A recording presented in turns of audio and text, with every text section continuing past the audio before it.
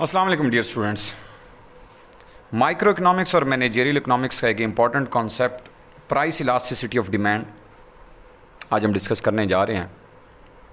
इसके अलावा इसके अंदर हम point elasticity, arc elasticity, income elasticity, cross elasticity and further relationship of AR, MR, TR and elasticity आज के लेक्चर के अंदर करेंगे।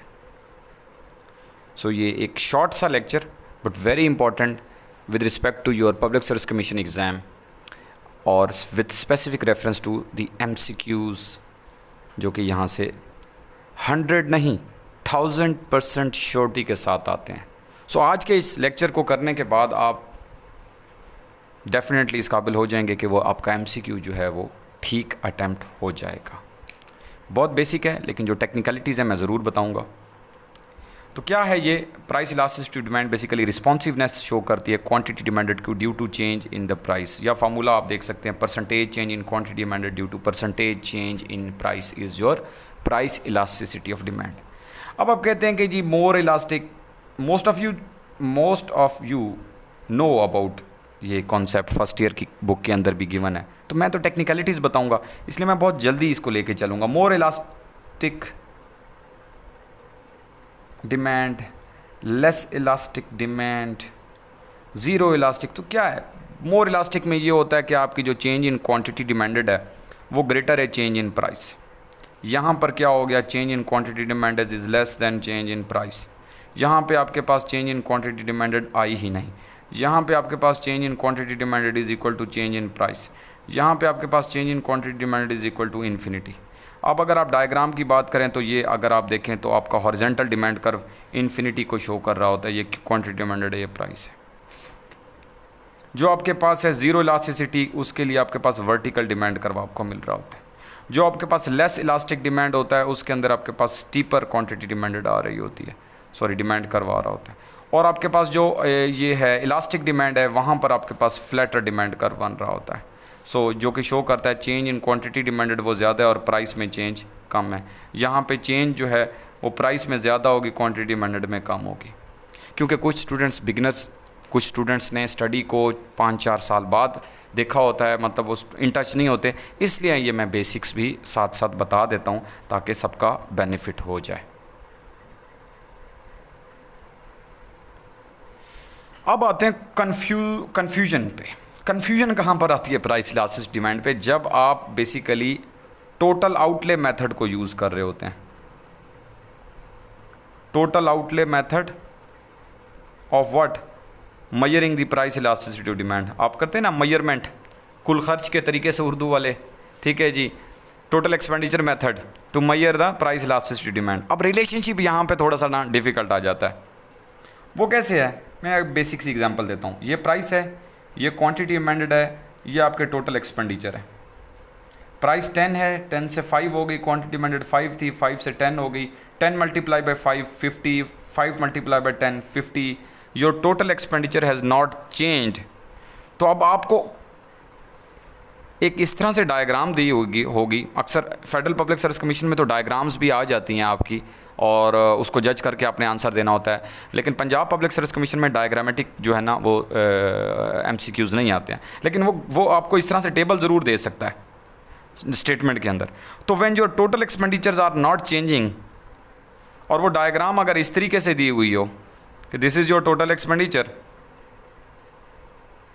और ये आपके पास है प्राइस इंक्रीज हो या डिक्रीज हो, total expenditure are not changing, your price elasticity of demand is equal to 1। ये रूल आपने याद रखना है, ठीक है जी। When change in price leads to no change in total expenditure, यानी कि बार लगा रहा हूँ, your price elasticity of demand is equal to 1। यही मकसद है इस लेक्चर का। मेरा मकसद ये नहीं है कि मैं आपको इलास्टिसिटी पढ़ाने बैठ जाऊँ फर्स्ट ईयर का कॉन्सेप्ट। टेक्निकल बात आपने देखनी है। ये फर्स्ट हो गया। अब सेकंड रूल क्या है कि प्राइस में चेंज आए और आपके, अब चेंज के से हट के मैं एग्जैक्टली बताता हूँ, प्राइस इंक्रीज़ हो और आपके टोटल एक्सपेंडिचर भी इंक्रीज़ हो जाए, और प्राइस के डिक्रीज़ होने से आपके टोटल एक्सपेंडिचर भी डिक्रीज़ कर जाएं, तो क्या होगा?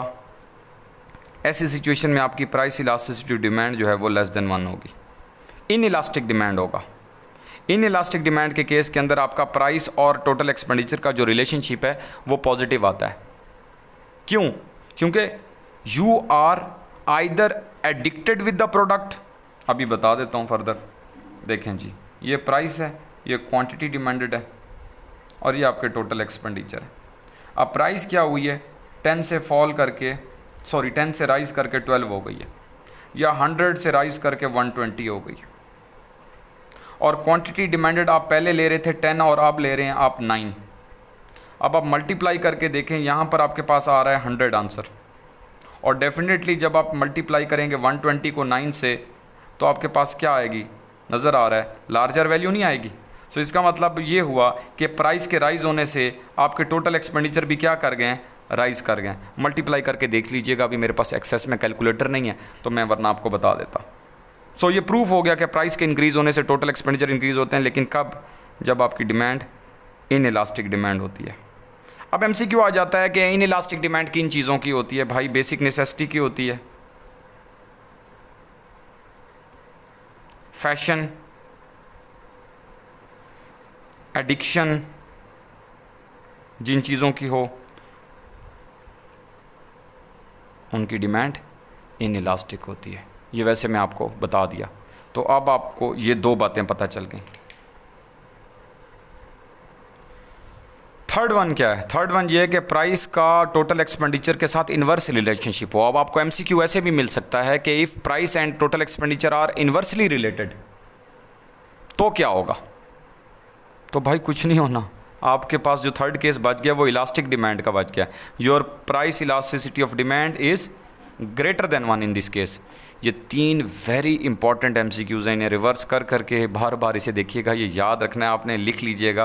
मैंने अभी आपको तीनों बता दिए, ठीक है। Public service commission exam, federal public service commission के एग्ज़ाम में तो इस तरह से डायग्राम बना दी जाती है। ये टीई इधर यूँ दे दिया है, ठीक है, ये यूँ टीई दे दिया टोटल एक्सपेंडिचर, और ये यूँ टीई टोटल एक्सपेंडिचर दे दिया, यहाँ पे दे दिया प्राइस, और ये है टोटल एक्सपेंडिचर। अब स्टूडेंट कंफ्यूज हो जाता है कि ये कौन से कर्व्स हैं।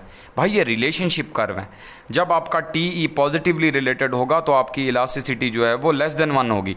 जब आपका टीई वर्टिकल होगा आपकी इलास्टिसिटी इक्वल टू 1 होगी। जब टीई आपका नेगेटिव होगा तो इलास्टिसिटी आपकी ग्रेटर देन 1 होगी। ये कोई डिमांड कर्व नहीं है, ये रिलेशनशिप कर्व है। इस तरीके से आप इन छोटे छोटे टिप्स और ट्रिक्स को फॉलो करें, आपका एग्ज़ाम क्लियर होगा। 1 मार्क इज़ वेरी प्रीशियस। आपको बताऊं, जब मेरिट बनती है तो 0.25 के गैप से लोग खड़े होते हैं। लाइक 51.25 वाला फेल हो गया, 51.50 वाला पास हो गया। 51.50 के ऊपर गर्ल्स मेरिट जब आप देखेंगी तो जी 6 लड़कियां सिर्फ 51.50 पे रुकी हुई हैं जी। अब आप बताएं उनके दरमियान कितना क्लोज कंपटीशन होगा। एक नंबर मिलने से यानी आप 52.50 पे चले जाएं, इसका मतलब ये है कि आपने 5 मल्टीप्लाई बाय एटलीस्ट, यानी कि एक इसके ऊपर 5 है, तकरीबन ये है कि आपने तकरीबन 10 से 15 लोगों को क्रॉस कर लिया,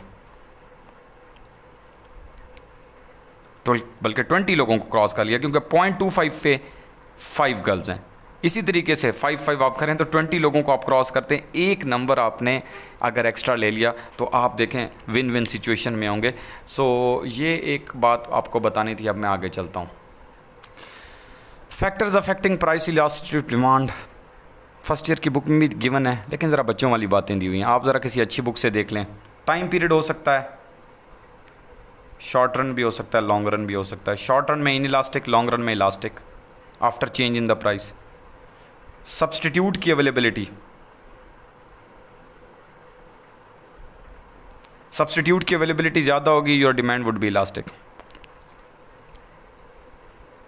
और आपका बेसिकली इनकम में से प्रपोर्शन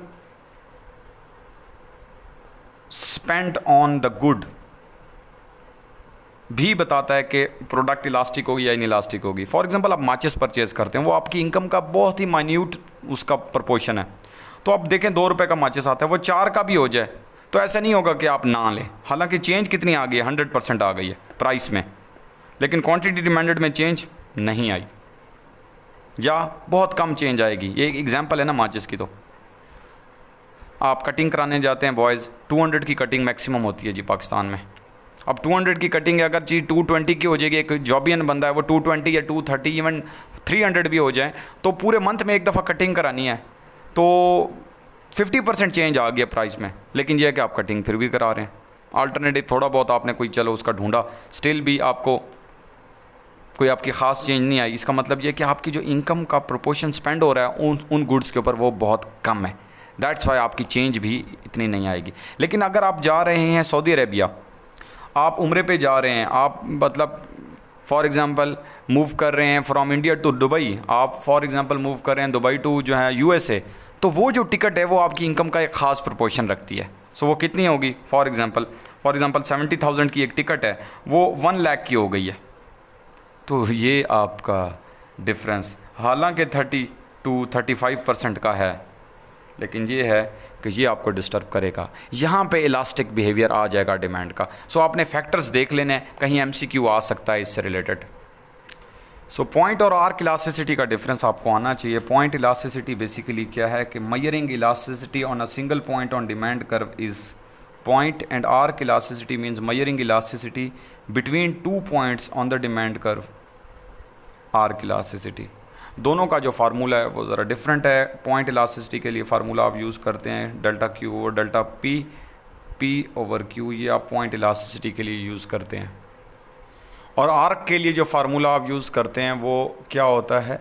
वो बेसिकली ये एवरेज का फार्मूला होता है। ये आर्क इलास्टिसिटी के लिए आप फाइंड आउट करते हैं ये वाला फार्मूला।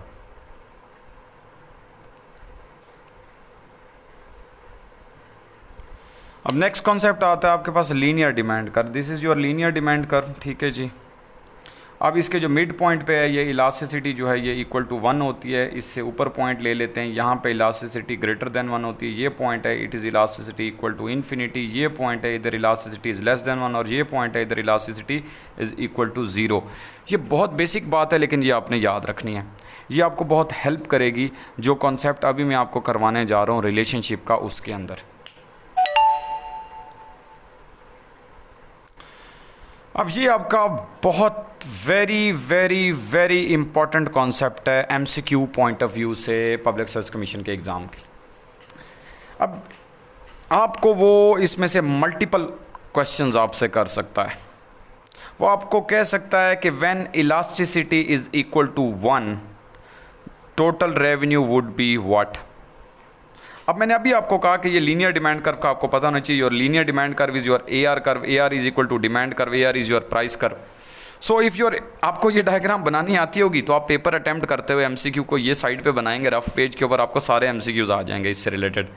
देखें, जब आपकी इलास्टिसिटी इक्वल टू 1 है, आपका टोटल रेवेन्यू क्या है? मैक्सिमम है। जब आपकी इलास्टिसिटी इक्वल टू 1 है, क्वेश्चन दूसरा पूछा जा सकता है व्हाट अबाउट MR। आप कहेंगे oh wow MR is zero, MR is zero.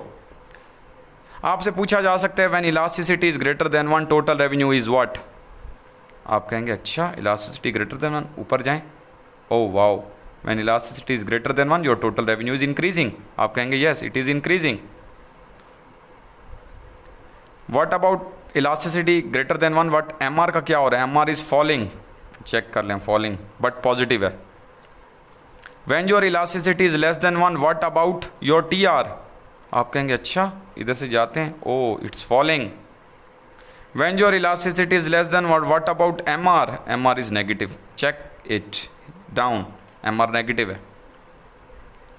सो आपके सारे के सारे MCQs यहाँ से सॉल्व हो जाते हैं अगर आपको ये डायग्राम बनानी आती है तो। अब वो रिवर्स में कैसे पूछ सकता है? When total revenue is increasing, when total revenue is increasing what would be elasticity. आप परेशान हो जाएंगे, भाई डायग्राम बनानी आनी चाहिए ना। इधर से आए देखें, इलास्टिसिटी ग्रेटर देन 1 है। When your total revenue is falling what would be elasticity? Less than 1 नजर आ रहा है। When your total revenue is 0 your elasticity would be 0। लेकिन वो ये नहीं पूछेगा falling, rising, maximum. When total revenue is max elasticity equal to 1, you are on the mid point of your demand curve, your MR is 0। तो ये है जी बहुत basic, but थोड़े से ट्रिक्स हैं, आप सीख लें, ये चीज़ों को देख लें तो आप ये अटैम्प्ट कर लेंगे। Next is your income elasticity of demand. It's also very important with respect to MCQs that comes in your public service commission exam. तो इसमें क्या पूछा जा सकता है? यू नो दैट कि अच्छा जब आपकी इनकम राइज होती है your quantity demanded also rise, जब आपकी इनकम फॉल होती है क्वांटिटी डिमांडेड फॉल होती है, means your quantity demanded is a function of income. बाकी फैक्टर्स तो हैं ही है ना, प्राइस भी है, टेस्ट, फैशन, दिस दैट, वो सब कुछ है. सो यहाँ पर जो अब हम देखेंगे इनकम इलास्टिसिटी में, वो देखेंगे नॉर्मल गुड और इन्फीरियर गुड के पॉइंट ऑफ व्यू से. सो नॉर्मल गुड क्या होती है? जब आपकी इनकम इंक्रीज हो और क्वांटिटी डिमांडेड भी इंक्रीज हो जाए, वो नॉर्मल गुड होगी. Inferiority of the products is judged through income. Inferior good क्या होगी? आपकी इनकम इंक्रीज हुई और क्वांटिटी डिमांडेड फॉल कर गई, आपकी जो इनकम इलास्टिसिटी है वो क्या आएगी? नेगेटिव आएगी. -2, -1, -0.1, कुछ भी नेगेटिव आएगी. और ये नेगेटिव साइन इग्नोर नहीं होगा. जैसे प्राइस इलास्टिसिटी ऑफ डिमांड में बताना भूल गया, आपकी जो पीईडी की वैल्यू है वो नेगेटिव आ रही होती है, लेकिन आप उसका मॉड लेते हैं, उस नेगेटिव साइन को इग्नोर करते हैं, और वो नेगेटिव साइन रिलेशनशिप को शो कर रहा होता है प्राइस एंड क्वांटिटी डिमांडेड के, लेकिन आप -2 को इग्नोर करके सिर्फ 2 लेते हैं और 2 को कहते हैं कि yes it is greater than 1. ठीक है, लेकिन इधर अब नहीं इग्नोर करेंगे क्योंकि इनकम इलास्टिसिटी में इन्फीरियर गुड के रिलेशनशिप को शो करता है. वो नॉर्मल गुड का जो रिलेशनशिप है वो इनकम इलास्टिसिटी आपकी वहाँ पर क्या आती है? पॉजिटिव आती है. यही बस इनकम इलास्टिसिटी में से आ सकता है, इन्फीरियर और नॉर्मल गुड का आ सकता है. अगर आपका इनकम इलास्टिसिटी का आंसर वो पॉजिटिव दे रहा है स्टेटमेंट, तो आप कहेंगे कि इट इज़ नॉर्मल गुड. अगर वो कह रहा है कि let's suppose income elasticity 0.2 negative, तो आप कहेंगे ये बेसिकली आपको इन्फीरियर गुड के बारे में इंडिकेट कर रहा है, तो आपका आंसर इन्फीरियर होगा. इलास्टिसिटी का जो लास्ट कॉन्सेप्ट है वो आज का वो है क्रॉस इलास्टिसिटी ऑफ डिमांड. और जो शो क्या करता है? वो शो करता है भाई आपको when quantity demanded of X commodity changes due to change in the price of Y commodity. When your commodity A की क्वांटिटी डिमांडेड चेंज हो रही हो in response to change in the price of B, it means there are cross effect. अब वो cross effect 2 किस्म का हो सकता है. एक आपका सब्सटीट्यूट हो सकती है रिलेटेड गुड्स, और दूसरी रिलेटेड गुड आपकी कंप्लीमेंट हो सकती है. सो रिलेटेड गुड्स जो होती हैं ना वो 2 होती हैं जो मैंने अभी बता दी हैं, और ये अगर इनकी एक की प्राइस में चेंज आए तो दूसरे की क्वांटिटी डिमांडेड में चेंज ज़रूर आती है. सो सब्सटीट्यूट पहला है. सब्सटीट्यूट में आप पेप्सी और कोक की एग्जांपल ले सकते हैं कि जब क्वांटिटी डिमांडेड कोक की चेंज हो और प्राइस पेप्सी की चेंज हो, सॉरी ये मैं गलत लिख गया था, change in the price of Pepsi, तो इसका मतलब ये हो गया कि इसमें जो रिलेशनशिप है वो क्या हो गया? वो सब्सटीट्यूट का हो गया. अब सब्सटीट्यूट में जो क्रॉस इलास्टिसिटी का जो आंसर आता है, असल MCQ यही है ना, बाकी तो चीज़ें आपने पढ़ी हुई हैं. तो क्रॉस इलास्टिसिटी का जो आंसर आएगा इन केस ऑफ सब्सटीट्यूट, वो कुछ इस तरीके से आप जज करें. पेप्सी की जो प्राइस है वो जब राइज़ करेगी तो कोक की डिमांड भी राइज़ करेगी. सोचें ज़रा, पेप्सी महंगी हुई, लोग कोक की तरफ चले जाएंगे क्योंकि कोक की प्राइस में कोई चेंज नहीं आई है. सो रिलेशनशिप देखें पॉजिटिव है, या एरो ऊपर जाएंगे या एरो नीचे आएंगे दोनों, तो इसका मतलब ये है कि आपका आंसर क्या आएगा? पॉजिटिव आएगा. तो सब्सटीट्यूट के केस के अंदर क्रॉस इलास्टिसिटी पॉजिटिव आती है, ये आपने याद रखना है. ये MCQ 99% जो है ये पेपर्स के अंदर आया हुआ है, या सब्सटीट्यूट का या कंप्लीमेंट का. दूसरी बात आपके पास कंप्लीमेंट में कार्स और पेट्रोल मैंने लिया है, सीरियल और मिल्क ले सकते हैं आप, पत्ती और चाय, पत्ती और दूध ले सकते हैं. ठीक है जी, कुछ भी आप कंप्लीमेंट्स ले सकते हैं. जॉइंट डिमांडेड प्रोडक्ट्स होती हैं ये, जॉइंटली डिमांडेड प्रोडक्ट्स हैं. Your photocopy papers and photocopy machine can be the example of this. So complement के अंदर जो क्रॉस इलास्टिसिटी है ना आपकी, इलास्टिसिटी EC क्रॉस इलास्टिसिटी, वो नेगेटिव रिलेशनशिप को शो कर रही होगी. आपका नेगेटिव आंसर आएगा. वो इसलिए कि जब आपका जो पेट्रोल है वो एक्सपेंसिव होगा तो कार्स की जो डिमांड है, अगर आप देखें ना, पेट्रोल की प्राइस इंक्रीज़ होती है तो कार्स ड्रिवन ऑन पेट्रोल जो है उनकी जो क्वांटिटी डिमांडेड है वो फॉल कर गई है. अगर आपके जो पेपर्स हैं वो एक्सपेंसिव हो जाते हैं, उनकी जो प्राइस है वो इंक्रीज़ कर दे जाती है, तो डिमांड फॉर ज़ीरोक्स या photocopier will fall. So this is basically the negative relationship in case of what, in case of complements जो आपकी क्रॉस इलास्टिसिटी है वो नेगेटिव आती है, इन केस ऑफ सब्सटीट्यूट जो cross elasticity would be positive. ये आपने ज़रूर देखना है, बहुत इंपॉर्टेंट टॉपिक है इकोनॉमिक्स में। Thank you very much. आज का लेक्चर यहाँ पे ख़त्म होता है। इंशाल्लाह कल नई वीडियो के साथ मैं आपके साथ हूँगा। लाइक करें, सब्सक्राइब करें, शेयर करें फ्रेंड्स को, और बिकॉज़ आप जब किसी की हेल्प करते हैं तो you will get the maximum reward. ठीक है जी, थैंक यू वेरी मच। अल्लाह हाफ़िज़।